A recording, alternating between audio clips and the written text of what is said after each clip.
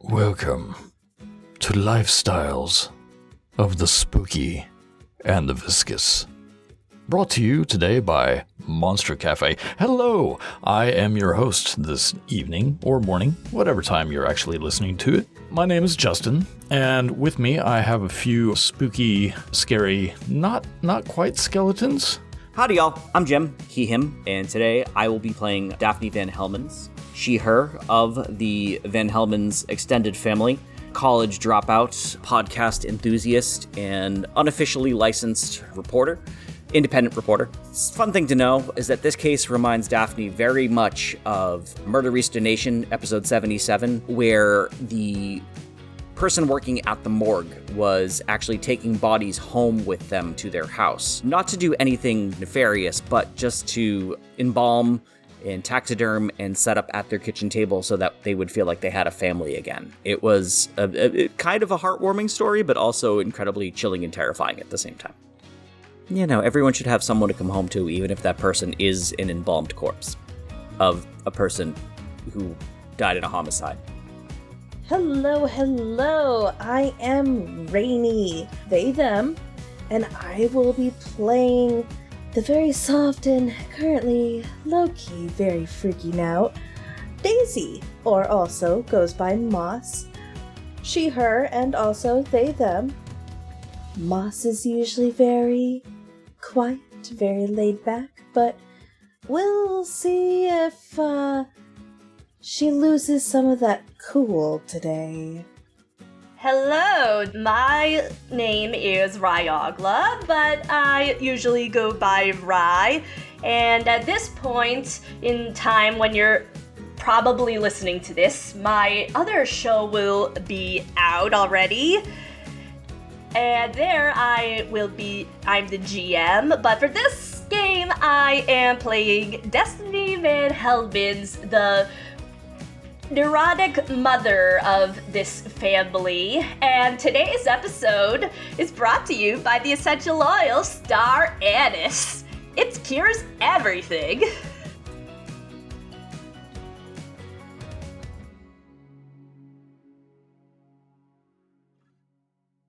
Last time when we left our young hunters, I almost said heroes, but you haven't really done anything heroic yet. I'm in fairness, what I do for Dale is pretty heroic. Oh, absolutely. What is it that you do for Dale? I let him hang out with me, obviously. Obviously. You are such a mean girl. He's my best friend. Friend? Like a brother to me. Yeah. Like a brother to me. Yeah. Okay. Yeah.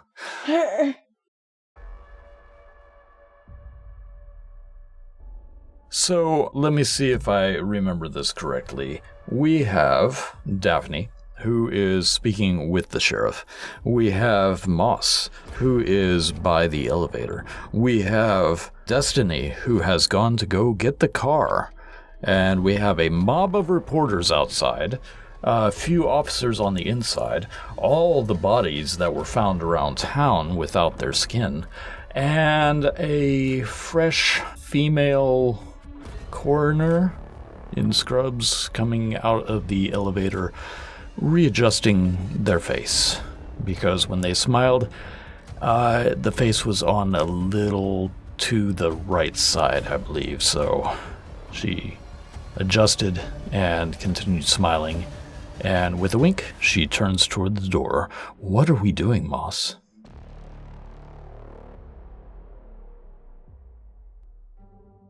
Darla, no, wait, was it Carla?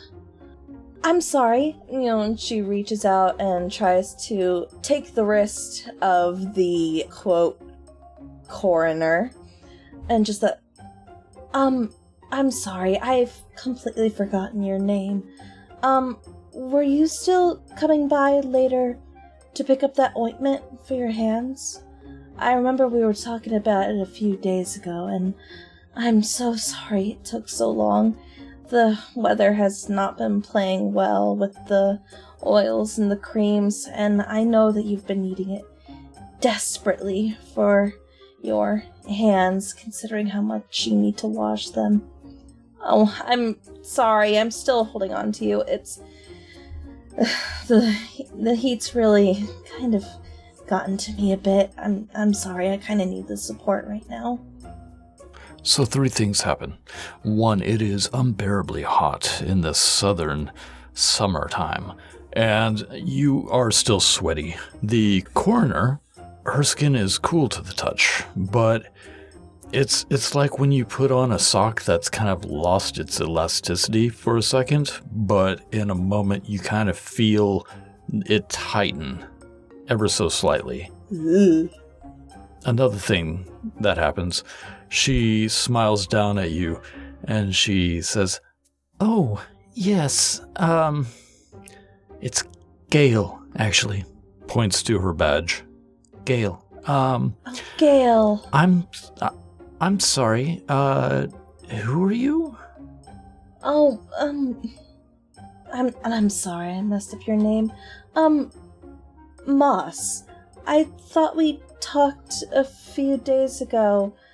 I think we had met briefly at one of the gas stations. You were trying to find some lotion to help with your dry skin, and I offered to help you out because I have a really good ointment that I make to try to help soften the skin but not leave too much residue and grease on the palms. I was going to give you a sample, but like I said, with the heat and all, I'm sorry, you probably don't even remember me. And Moss is not letting go of her wrist. All right, Moss, I have a question for you then. What exactly are you wearing? Describe everything in detail. So she has some black, kind of faux leather stomper boots. They're old, well-worn, well-loved, bit crusty with mud from all of her, gardening and sneaking out into the woods to definitely not totally collect samples of the local flora. And then she's got some patchy jeans, tears in the knees and such like that, but these seem less like the typical creative, torn, for fashion, and more like, no, she's genuinely just roughed these jeans up to that point. Like, she's probably biffed it a few times and such like that. And then she's got at least a nice, thick layer of her sweater that used to at one point be kind of, black with green stripes, but due to some sun bleaching, it almost looks like a vague orangey kind of color with some gray, and you can still see the green stripes, but it's a lot less black unless you look at it in certain angles. And then, another, shirt on underneath. When are you wearing any rings or bracelets or... Moss has the protective charm bracelet that she's wearing along with, the one that she had made for Daphne earlier that morning. Otherwise, she's got a choker necklace and some hoop earrings. She doesn't typically wear finger rings because they tend to just kind of clump up with dirt with how much she, digs around and messes with her plants. All right, describe the bracelet for me. It's got some, clay beads, some that maybe have been, handmade, some that were, bought or found. And then it's a mix of some yarn, strings, and long blades of grass. All right, aside from the green grass, is there any other color associated with it? Kind of golds, kind of browns. It's all kind of... Earth tones. Yeah, basically. So, as you hold on to her wrist, she kind of looks at you for a moment. face is just frozen in that smile that doesn't reach her eyes. And she just kind of purses her lips a little bit, and she leans in as her other hand closes around yours. I'm sorry, you might have me mistaken for someone else. Ta. As she turns away, you realize that you never opened your hand, but she is free. Daphne at this point has popped out with the sheriff to kind of see what's going on, because Moss had called to her looking for someone to bring a gun. As I come out of the office, can I read a bad situation to kind of have an understanding of what's going on? Sure, go ahead. That was a...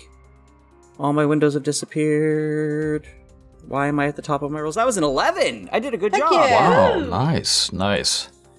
So, your beloved sister, she has told you that we need a weapon. Something bad has happened. You've heard the screams. You feel in the marrow of your bones that this is bad. Something bad is about to happen. Mm-hmm. So you basically shoved the sheriff on his shoulder. His feet are still up, and as he's sitting in the chair, so he almost falls backwards out of his chair as you spring up and rush out. You see your sister holding onto the wrist of this woman in green scrubs. Her ponytail is up high, and she's got a smile that, like I said earlier, doesn't reach her eyes, but there's something just uncanny valley about her. And as she literally looks like she just slips out of your sister's grasp, she turns, and you see from the neck to the top of her forehead, as it almost undulates very quickly, what looked like it may have been an older person where their skin is a little saggy. It is now tight and young. Okay. Undulating. Interesting. Just a quick ripple. Just a ripple. So it doesn't seem like something's moving underneath the skin.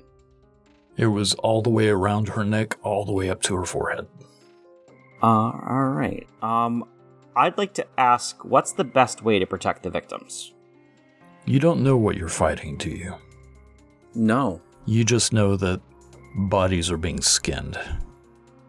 And I would assume that this is just an evil, bad person. That this is someone, as I've said many times before, this is probably a serial killer that is going in taking care of this town. Before I saw this person act as strange as they did, I believed it was probably the mayor, since he had all the dead skins at his house. That being said, now that I have seen this person act in such a strange and bizarre way, especially towards my sister, who hasn't done anything to offend, I now think it might be them. So what is the worst thing that a serial killer can do aside from kill people? They can get away. Exactly. They can slip into the crowd and become anonymous. I would like to step in front of Moss and kind of put my arm around her, and as soon as I get about 5 feet of privacy, I would like to try to sneak out behind her and follow her to wherever it is that she's going to be going. Sure. Because I know that I don't want to let her go, but at the same time, I don't want her to know that she's following us. And based off of how dismissive she was towards Daisy, I'm not thinking that she's particularly interested in us or what we're planning to do. And I don't think she cares about if we do follow her. But I still don't want her to know that we're coming. Understood. Okay. So, are you relaying this to your sister? Once I have my arm in front of her, I lean in and I say, "You need to follow me. We need to follow her. Text Mom while we're walking, but don't take your eyes off me." Should we really let her just walk out? The sheriff's right there. We're free to go. Share your location with Mom. Daisy will, but once she's out there, we won't have a gun. We won't have anything to truly defend ourselves. About that time, the sheriff comes out, followed by Dale. Dale, you ready to go? Yeah, been ready. What are we doing? Dale, we have a date with another person that we need to speak with regarding our podcast that you and I are hosting. We're hosting a podcast? Yeah. Yes, we are. And Moss is going to be on the show as well. And we think we found someone very interesting to interview we're going to start interviewing people around town, starting with the mortician. So why don't we follow her? And we're going to follow her to her house, and we're going to interview her there. So, Sheriff, we'll see you later. Thank you so much for everything you've done. You've taught us so much about the local judicial system and local politics. And if you learn anything new about the mayor, you know how to reach me. I'll be more than happy to publish it. Anonymously, of course, I protect my sources. That being said, we have business to attend to. He looks at you a little strange, but after a while, he kind of nods a little bit and he says, "1 second." He pulls off his notebook, scratches with his pen into it a few times, and hands you what looks like his phone number on top and some words that you don't quite understand the meaning of. Okay, what did they say? BTS, Blackpink, EXO, Girls' Generation. Oh, good ones. Is there... What are these recommendations? Yeah. Highly recommended. I'll just put I'll follow you on Spotify, and then we can set up a shared playlist. We can kind of work on this together, and I'll educate you. You can educate me. We can work together. Check out New Jeans too, cause they're a treasure. New Jeans. Okay. Before I sprint out the door with Dale and Moss in tow, I want to know: are there any dangers we haven't noticed? There is just the possibility of the person that is walking out the door. And Moss has sent a, location update to Mama. Destiny, you get a little ping on your phone, and for the first time, one of your children actually wants to share their location with you. Along with a message of, "We have a lead. Follow at a distance. Please? Heart?" Alright, so Destiny would see this text from her daughters, and mentally she's like raising an eyebrow. That's unusual, but Destiny takes the car and she goes in the direction of the location ping, but she's looking around trying to see if she spots her daughters before trying to... I would imagine she's just like slowly driving around the perimeter of the area that the location drop is saying they're at. Because it's like, hey, first I want to find them, then I'll get to the distance where I need to be in order to keep an eye on things. So let's back up just slightly. As you had exited the building, there's a bunch of reporters, and they're all trying to get information from you, asking you questions about the killing spree that seems to beleaguer this lovely town. They push their microphones in front of your face, you see your vehicle and its trailer just a little ways away. So you kind of have to fight through them. Do you want to give any quick interviews of what you know? We are currently not at the ability to answer any questions right now. Buy some Star Rabbits, bye! And as you push through the crowd, they kind of give up asking you questions. As you get to the car, you can see as Moss and Daphne exit the office, they're looking around a little bit. The reporters surge at you. You say you're being quiet, Moss? Moss is saying nothing, like adamantly not looking at the cameras, just hard no. Lots of questions, rapid fire, come at you. About, do you know who the killer is? What does the killer look like? Do you have any leads? Does the sheriff have any leads? Are you suspects? Daphne hops up on whatever the nearest folding chair or table or topiary bed is and says, "Okay, I just want you all to know we were there when all of the bodies were found, and they were found at the mayor's house. So if you might want to go that way so we can and leave us alone." They all kind of look at you incredulously for a moment as you're standing on top of the chair bed topiary extension. And Would that be a roll to manipulate someone? Yes, it will be. I will manipulate. Okay, so let's see. Roll plus charm. Mm-hmm. Oh, that is another 11. Heck yeah. Ooh, you're hot. You're hot. When I roll to manipulate someone, I will tell them what I need to do, and I also have a special move that when I politely manipulate someone, my impeccable manners always count as a reason for them to do what I say.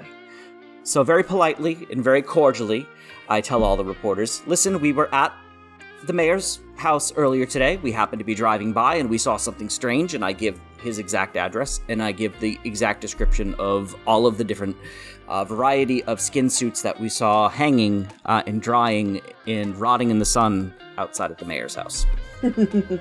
So you nicely kind of, we'll say exaggerate a little bit. Oh, I narc so hard. I have a target I need to go after, and I want the obstacle gone. You see as some of the reporters kind of look from you to each other, a few in the back, like, drop their cameras down and not on the ground, but they just stop filming you and begin to run to their vans or cars. A few kind of lag a little bit, asking if you're affiliated with the case at all, that sort of thing. And could this cause possible legal problems in the future, giving away information on an ongoing investigation? Listen, I'm a simple independent reporter who has collected their own evidence. I have photographic evidence. I have witnesses that can provide concurrences to my statements. That being said, I will allow you... Who are you with? Who am I with? I am with, Dale, what should I call my podcast? I don't know. You could... What the Van Helmans? What the Van Helmans? Sure, that's... It is a true crime podcast that will be releasing later this month? Later this month. It might be better faster than that. I mean... releasing later this week. Maybe a little faster, because we're in the current investigation. Releasing like 3 days from now. Dale will work on it tonight. I'll work on it. My name's Dale. I'm her boyfriend. I mean... Dale's my best friend. He's like a brother to me, yeah. And he is my right-hand man in all of these situations. This is my actual sister and my pseudo-brother. Yeah, I'm her... Friend-zoned. Right. Any girl who's looking for a boyfriend should definitely date Dale, because he is everything you would want in a boyfriend and everything that you would want in a life partner. He is trustworthy and kind, and he's handsome, but he's like a brother to me. And there's certain things that you just don't do. You think I'm handsome? You know how those relationships. For to some people, that's not quite as... You're an acquired taste. Oh. But that went down a little bit. Okay. I mean, you're tall and you're dark.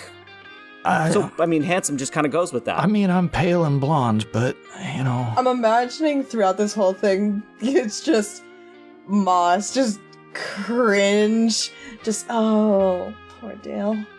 I mean, Dale, you could do so much better than me. I mean, I'm just like nothing, and you're just like, oh, God, you're everything. Okay. I never said... like, everything...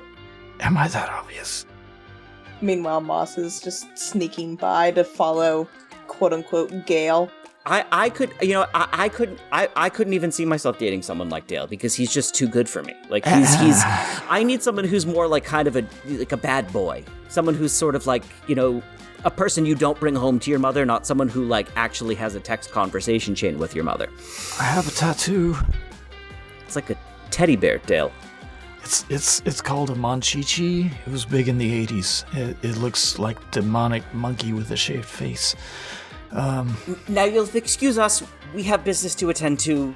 We're going to be off. You probably should go follow the actual story. So with that, a few of them actually do listen to you with that fantastic 11. like I said, they don't all leave at once. It's not like you drop some truth bomb and they all scatter to the winds immediately, but they do decide to go and get interviews with the elusive mayor of the town. Moss, which way did she go? Did you see? Did you pay attention to the Moss mortician? has just been walking. Moss has just been following. About 50 feet away, you see Moss just eyeing this woman getting into her car. Shit! You can tell she's going to get into a car because she has keys in her hand and she's hitting the unlock buttons. Moss, what do you have for gear? I have a wand, a grimoire, and I have a folding knife. Would one of you like to roll a sharp for me real quick? Sure, I would love to roll a sharp for you. Ooh, it's a 7. A 7. Yeah, with a 7, you could see this as you are wondering what you might have on your person or your sister's person that might help the situation. You do see as this person starts pressing on the button rapidly, you start hearing a beep, beep, beep, and she starts walking in the direction of the car. She comes up about 15 feet short of the car and just kind of stands there for a second. And then she just drops the keys and starts to walk towards the street. Moss, what was her name? Gale. I just yelled, Gale! At the top of my lungs, trying to get her attention. Gale, over here! I need to talk to you!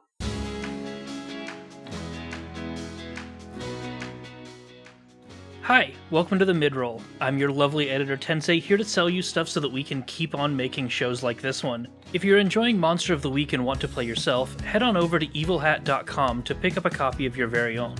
Use code BARDROCK10 to get 10% off not only Monster of the Week, but also things like Blades in the Dark, Thirsty Sword Lesbians, or the official Dresden Files TTRPG. Maybe you're looking for a different sort of grimdark. Some gritty mexploitation from a cast and crew that are not afraid to push our podcatcher's terms of service to their limits. Zero Angels, an adults-only actual play using the Girl Frame system, has a Session 0 available now. Godspeed, 92nd Cadre.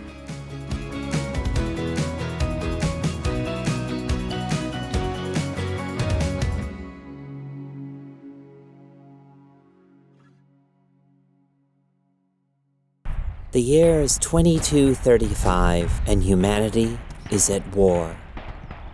The pilots of the Foundation are all we have left. And the Gorgons are coming.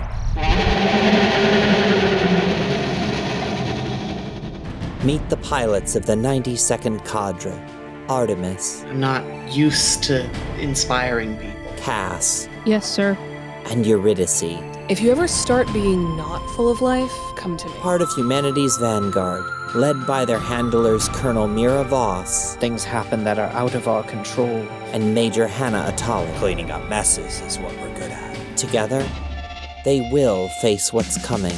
I don't understand. I never like being alone. It's all based in lies. I don't have time for dogs. You asked me who I was. Can you tell me who you are?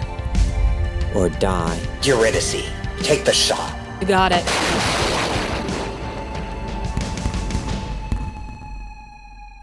Zero Angels is a new actual play podcast by Bad Rep Productions using the Girl Frame system, coming to the Bard Rock Network July 2026. Follow us at zeroangels.bardrockcafe.com on Blue Sky, or visit zeroangels.com for more information.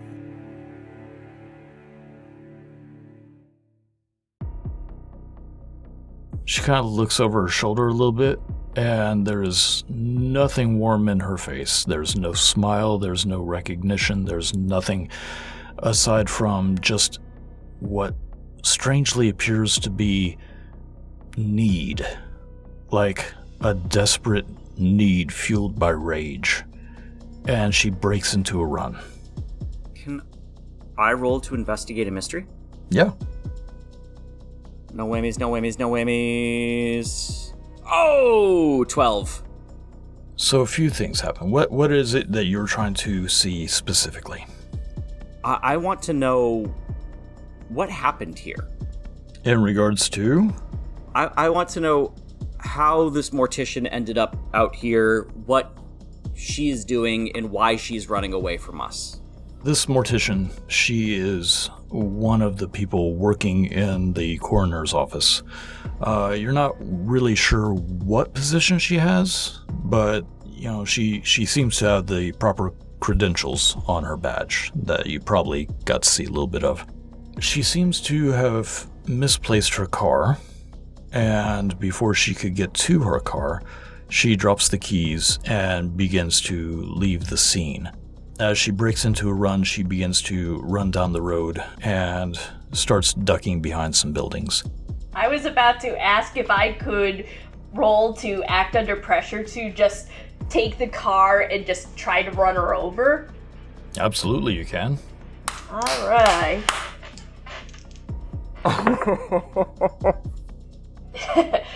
All right, so I would like to mark a luck point to get a 12.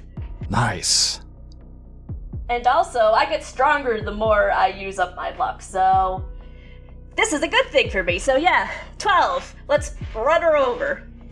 So as you come out of nowhere, the screeching of the tire, you see as Gale stops mid-run and spins toward you to hit against the bumper, roll up over the windshield, and hits the back of the trailer, falling somewhere between the traveling greenhouse and your vehicle where you have it hitched. We'll say there's a few marks on your vehicle now, a couple of dents, some liquids, we'll say. So as you slammed into her, do you continue to drive? Do you slam on your brakes? What do you do? After hearing the thump of the body hitting the car and just like seeing her go wee over the top, We all just go, ah! I mean, I was doing this on purpose, so it's like I was just like slamming on the gas before, and then it's like as soon as I hear that I made contact, I'm just gonna immediately rush out of the car and just be like bearing over this son of a bitch in order to get ready for whatever their next move is gonna be. So as you fling open the moving car door, you tuck and roll. Oh, just kidding. I'm sure you stopped. Yeah. That was the point. Yeah, it's like stop real fast, that noise of just slamming on the brakes. You run to the back. You do not see her, but there are spots of blood. And some of them look like they've been wiped. In other words, she's dragging herself. If you care to investigate... Do I read a bad situation to figure out what's going on, or...? There's not much blood. If you want to, you can go for further information. I still have 2 hold to spend. I can ask, for example, what is being concealed here as we run up and try to figure out what's going on? What is being concealed is the fact that as hard as your mom hit this person, poor Gale, the windshield is all cracked, there is blood, but it's not very much. And you can all see as Gale stands wobbly on the other side of the vehicle. You realize why she's so wobbly. Her back and neck have been twisted unnaturally. Both were broken in the hit. As she reaches up, you can hear the cracking of her fingers as they snap back in place, and she cracks her back again to where it's facing the right way, and she smiles at you again with a busted mouth full of teeth that regenerate, and she cracks her neck to where it spins around to the right side of her body, and she begins to run. In that case, I'm going to use my last hold and just say, what sort of creature is it?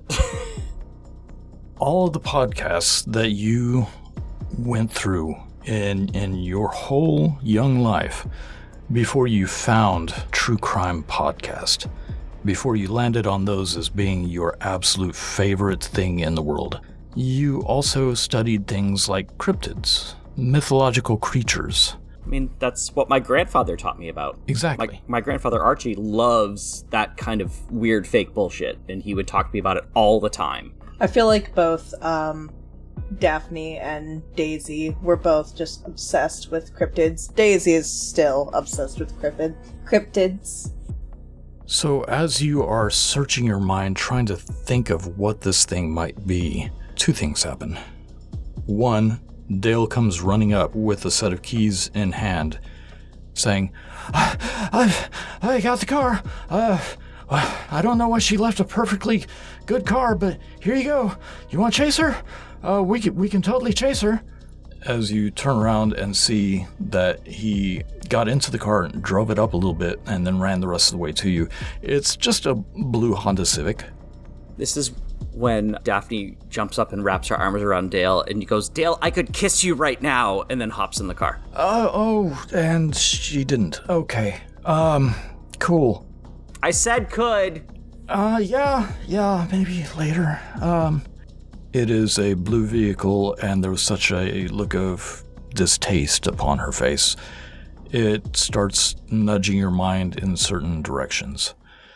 You think of that weird spring break that you spent with Archie, and when he was framing what looked like a whole bunch of, we'll say tributaries, streams, just this large canvas-looking thing on his wall, had a couple holes in it.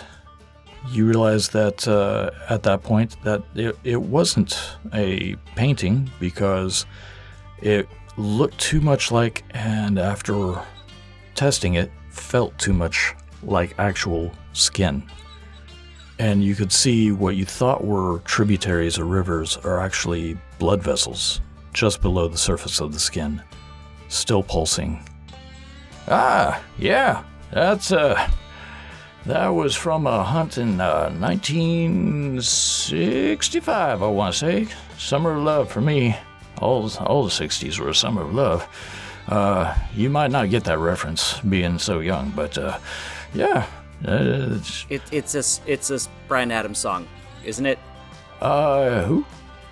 I don't know. So don't worry about it. It's not important, Grandpa. But yeah, got that one. Just remember, they're tenacious. I'll show you a book about them sometimes.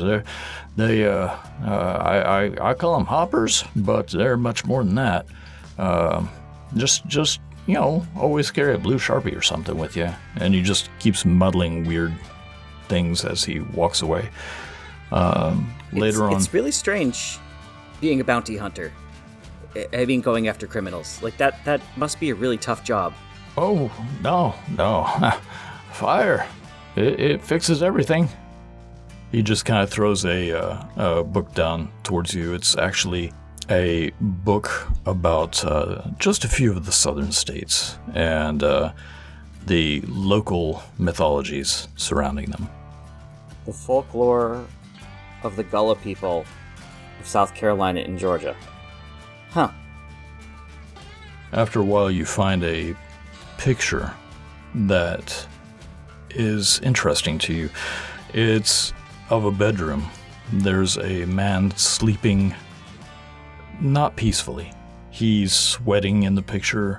You can tell this was done in kind of a 1960s Afro-American style that was very popular during that time. But the man is sweating, he has a look of pain, and there is a creature sitting on the bed with him. In fact, it is straddling his chest. It's curled back, has the vertebrae sticking out from its skinless flesh. The muscle is pulled tight against the bone. Strangely, even without flesh, it has some hair, and its eyes glow. As you can see, also depicted in the picture, what looks like steam coming from the man's mouth as he's lying there unconscious to the creature's mouth, like it is feasting on something. If my mom and dad knew that Grandpa was letting me read this, they would be so mad right now. Underneath it says, "Don't let the boo hag ride ya." Boo. Daisy, did Grandpa ever give you the weird book about the Blue Man Group? I think they're called. They live in New York City, and they, despite eating souls, they just hate everything blue. That's the Blue Man Group, right, Dale? I actually took you to the Blue Man Group when they came to town, but... That's why I remembered that. Oh, that was so much fun. Yeah, that was our 16th anniversary. So, Grandpa gave you the book about the Southern Spirits, right? Yeah, I mean, you didn't want it, so I took it. Do you remember what it said? I don't know. Do I remember what it said off the top of my head? You do recall some of the book. For your age range, it wasn't something that you really enjoyed reading, so you just, kind of But you do recall something about a hag, and you thought it was funny that there was a boob hag. I would say that it is somewhat in your inventory somewhere as a family that you would have that. Daisy, what do you have anything that can make the color blue? Do you have any kind of powders or dyes or anything in the RV? In the van, not the RV, in the van. In the, you know what I mean. I've got powders. I've got ground up petals, such like that. I can make a paste. Go grab whatever blue flowers, whatever blue dusts, blue dyes, anything that you have. I'll go get the inks and the flowers. As she races in to get some, what's the... Come on, I don't usually know the name. Pea flower, or is it You were right, pea flower's right. So some of that, along with, various inks that she uses in her, grimoire, or, to, paint some of the flower pots, or, just for pretty, calligraphy labels for some of the plants. Basically just anything that she can grab that's blue. And I want to run over to the car and make sure that my mother's okay. It's okay. Everything's okay. Everything's okay. Just a little bit of star anise is just going to make everything all better. Will you please stop trying to sell essential oils right now? We're trying to catch a serial killer. Destiny, as your daughter is freaking out and wanting to go and checking on you and is just about 5-6 directions all at once, you hear the voice again. Gather, my friend. Gather what was left behind. It could be useful. So, upon hearing that voice in her head, she does that head tilt thing that you noticed before. So it's that voice in her head is just calling out to her again, and she's looking around at the scene of the hit and run. And obviously, it's kind of funny that the victim is the one running instead of the one who actually did the hitting, but she sees that there isn't a whole lot of the goop from hitting the monster, but there is enough that Destiny goes over and she just, as her usual gathering tools, just starts picking up muck to put into a little tiny mason jar. So the blood that was left behind is a little darker than what you would normally see, a little thicker. The viscosity is completely off, but you do gather up a little bit, what you can, and you put it away. Mom, hey, are you okay? You look concussed. Are you fine? This is a secret tool that might be useful later. Okay, can you get in the blue Civic and come with us, or do we need to get you an ambulance? Yes, I'm fine. I hit that thing in such a way that it did more damage to it than it did to me, so I will be okay. And I look at her and I say, "Thing? You mean you hit a person, a mortician?" Her, yes, her. Anyway, rub some star anise on your wounds and let's get going. So when we hop in the car, I want to pull out my phone, pop it into selfie mode, and immediately start recording live footage of us chasing down this person or whomever it is that we're chasing. Yeah. This is Daphne Van Helmens of the What the Van Helmens podcast, and we're here in Missouri, and we're hot on the trail of a serial killer who has been leaving skin suits all over the city.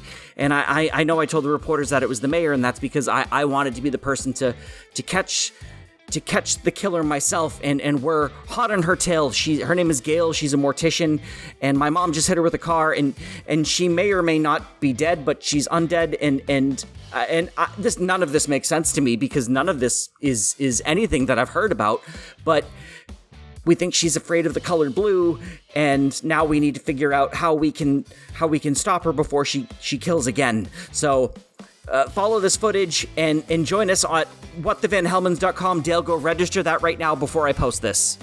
Which way are we going? We're still in the parking lot. Did you see which way she went? Dale? I was getting the car. I mean, you ran over to your mom, you yelled at her for a second, then you got in here, then you started doing your weird podcast thing, and I'm like, I'm ready. Just give me a direction. All right, I will roll to investigate a mystery again.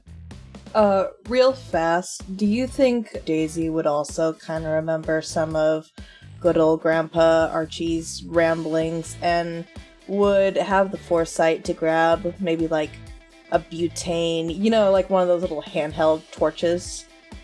I think that's probably among your inventory in the mobile greenhouse so that you can cook things.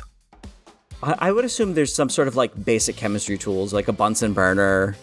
Well, exactly. It's for chemistry. It's both yours and mine, Mother.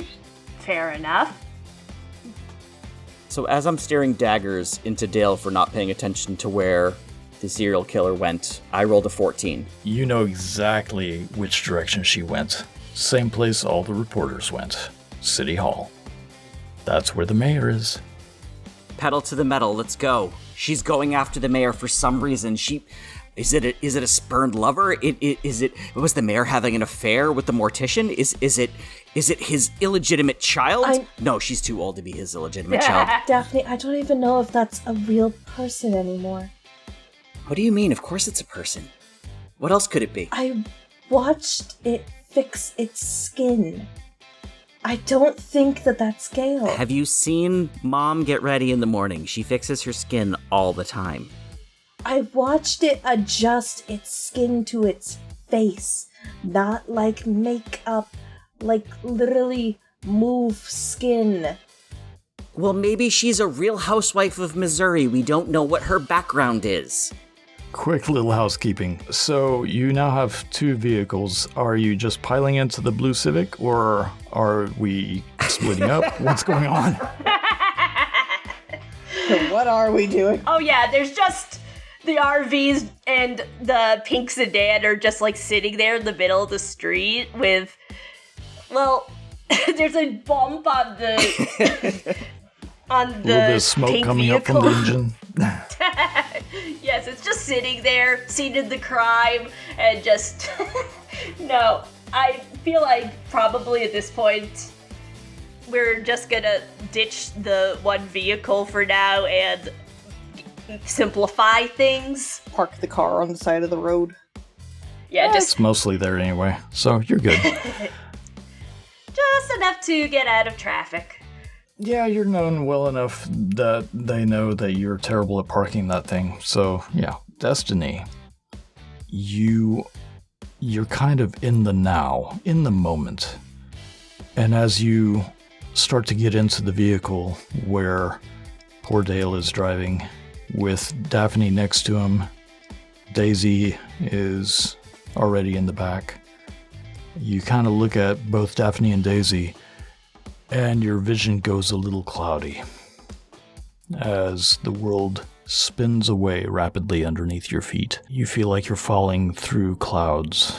They're soft, white, and wispy, You feel wind change positions, blowing your hair and across your skin. You begin to sense it getting darker until it is nighttime, and you land in the middle of a meadow. You look around, you're not hurt, but you're by yourself at night in this ever-expanding meadow. The only thing that you can see to break up any of the flat space is one large tree covered in thick layer of moss as lightning strikes it and splits it down the center. Suddenly you're back. Well, that was certainly interesting. She just, after witnessing that, and there's some maybe not so subtle imagery, she just sort of was sitting in a daze in the back seat, but when the vision passes, she just sort of shakes her head real fast, snap back to reality, and then first she casts a glance over at her daughter Daisy, and then another glance over at Daphne, and then third glance at Dale, and she doesn't say anything because, it didn't seem like it was a good thing to witness this sort of vision, but right now, other than, that's not good, she really doesn't know what to make of it, so she'll just keep that to herself for now. So, where are we? I lean out the window of the side like a dog, excitedly lapping their tongue into the breeze, and say, Dale, that way, right now! Oh, alright, here we go. I think Daisy's gonna take the initiative to kind of take some of the paint and kind of just draw like a band of blue around her wrist. She's going to reach over, snag one of Daphne's hands that's not propping her out of the window, and smear a bit around her wrist as well with her thumb, snag Dale, and then, look to her mother and just are you okay, Mom? You shouldn't shake your head too hard after a car wreck like that. Yes, it's fine. I assure you I will be okay. After all, I've got a little bit of star anise here, and she just, takes a little vial out, dips a little fingers, smears a little on her cheeks, and then sort of rubs it in and is cheeks are nice and rosy, and I'm back to 100% again. Everything's all Mom, fine. Can you stop saying anise in front of Dale? God! That's how it's pronounced, honey. I am not in charge of the English dictionary, you know. I think it was Anais, Mom. No, that's a character from that show that I think your cousin David watched once or twice. Meanwhile, Daisy's just gonna grab one of her mom's hands and just smear a line around her wrist as well. Daphne? Yeah, Dale, what's up? Should we park in the street or in the lawn area or right next to that big hole that the van is stuck in the building? As he says this, you can see the town hall. It is a freshly painted blue. It had been worked on since early this morning, but they painted everything blue. All the frames, all the columns, everything painted a bright, vibrant blue. And sticking out of the side is a very smoking, very crunched up news van that is sticking halfway in and out of the building. You see across the lawn there are several cameras, microphones, some scraps of fabric. Oh no. We gave it fresh food. Gave what fresh food? The boob. The boob hag? The one that we used to joke about and laugh about, and that the fact that Mom said that it's not funny because everybody has boobs? But if we're following someone who's on foot, why would there be a van that's crashed into the side of City Hall? Look at the building, Daphne. It's blue. It doesn't like blue. Of course it wouldn't be able to go in naturally. Are we watching Steve Martin's The Jerk? Does he hate these cans? I don't understand what's going on here. Hey, that's a reference to a 1970s movie that I got. I know, you've made me watch it like 70 times, Dale. I know It's you love it, great. but it's not that good. When he's grabbing, the part at the end where he's grabbing all this stuff and he says, I only need this, and I only need this, and I only need... That's really funny, but the rest of it is kind of like, it's boy humor. Can I roll to investigate a mystery to see what is, looking at the accident? Yeah, go ahead. Sure. Ooh, it's 10. 10? Okay.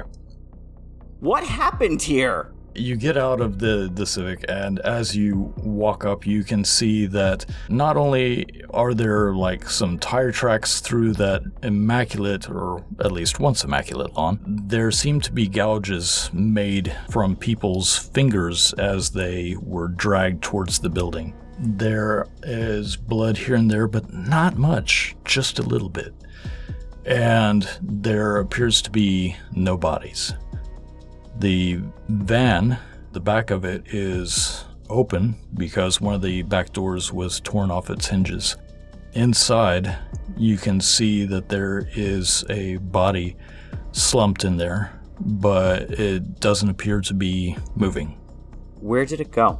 The front of the van is very much smashed. The door is pulled open a little too wide, so it's still on its hinges, but it's a lot wider open than it should be. It will no longer function, but that half of the van is on the inside.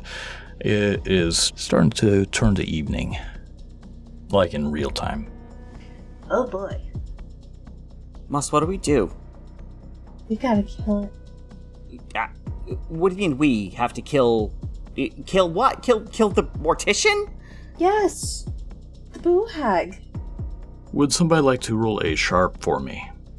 That is a 7 + 1, 8. Big success. As you look around, you take in the scene. Obviously, this van crashed in. Something came out. There's debris everywhere. It looks like there should be people working, but you don't see sight of anybody. But you do find some green scrubs that are partially covering a skin with a high blonde ponytail. Oh dear. And that's where we're going to leave it.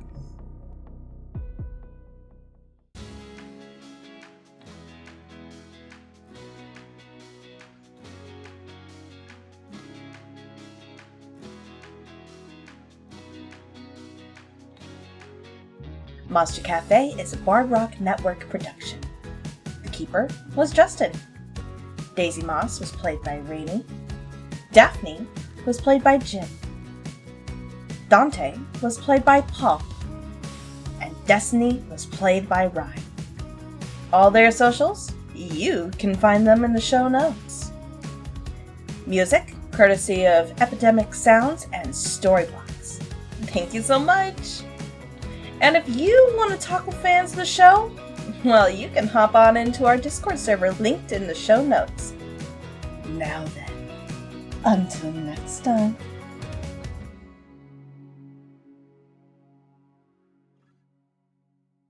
Star Anise. It cures everything. Including shingles? Everything means everything. I mean, my house does need a new roof, so... Yes. Have you tried using Star Anise to fix your roof? I have not. I'll have to try that. Describe everything in detail. I didn't realize that was this kind of podcast. Oh, of course. Ooh. Oh. There's a reason, I promise. Yeah, that's the fun thing about a text message. There is no real knowing exactly what tone it is. It's like, we have a lead, or we have a lead. Please follow at a distance. Could be, please follow at a distance, or please follow at a distance. Honestly, it's both tones. It's both tones for that part. Just the, please follow at a distance. Oh my god, don't be around us when we're doing cool kid stuff. It's more of, Mother, I don't want to see you die. Please. Oh, you aren't gonna need to be worried about me. Mother, I'm always worried about you. And I'm always worried about you. Aww. That's why you need to rub Star Anise oil on your skin every morning. I refuse to rub anything that sounds like anise on my anything. Rub that anise all over me. Anyway, so... The boob hag? The one that we used to joke about and laugh about, and that the fact that Mom said that it's not funny because everybody has boobs? Yes. Yes. It's true. Everybody does have boobs. It's just a matter of whether or not they're grown to actually be functional or not. Mom, don't talk about boobs in front of Dale. I'm the one who brought it up. Everybody has memory glands. Really? Yes. He just kind of looks down at his own chest. Yes, yours don't make milk, Dale. You're not a milk-producing person. The males of our species do not produce milk. I mean... Is it weird for me to say to you that you don't produce milk? I mean, come on. I mean, it's a little weird. I never thought about it before. Now I've got another thing to think about. You really don't think I can produce milk? Oh my god. Dale, I genuinely think you can do anything that you want to do if you try hard enough. Damn straight I can. You just see him kind of flexing his chest. That's why we're like family, Dale. I support you, you support me, just like family.